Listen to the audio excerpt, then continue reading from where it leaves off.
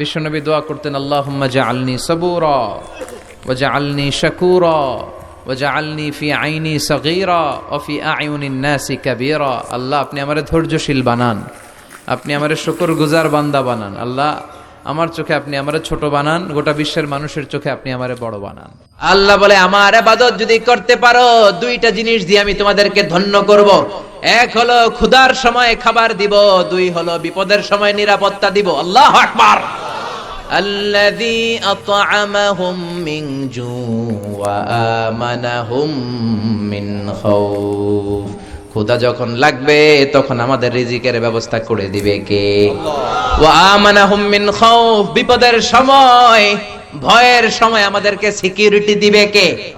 পৃথিবীর কেউ কোনোদিন আমাদের রিজিকের ব্যবস্থা করতে পারবে না একজন ছাড়া, তিনি কে?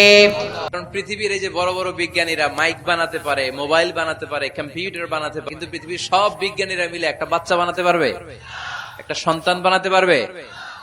আর্টিফিশিয়াল মাঝে মাঝে রোবট বানায়। গোটা বিশ্বের সবগুলো রোবট এক জায়গায় রাখলে আল্লাহর দেয়া একটা মানুষের ব্রেনের সমান হবে?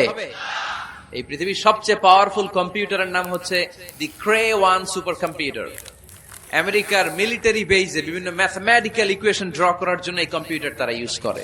এরকম 10,000 সুপার কম্পিউটার মিলেও একটা হিউম্যান ব্রেইনের সমান হবে না। চিল্লায় পড়েন সুবহানাল্লাহ। কারণ পৃথিবীর এই যে বড় বড় বিজ্ঞানীরা মাইক বানাতে পারে, মোবাইল বানাতে পারে, কম্পিউটার বানাতে পারে, কিন্তু পৃথিবীর সব বিজ্ঞানীরা মিলে একটা বাচ্চা বানাতে পারবে? একটা সন্তান বানাতে পারবে? আর্টিফিশিয়াল মাঝে মাঝে রোবট বানায়। গোটা বিশ্বের সবগুলো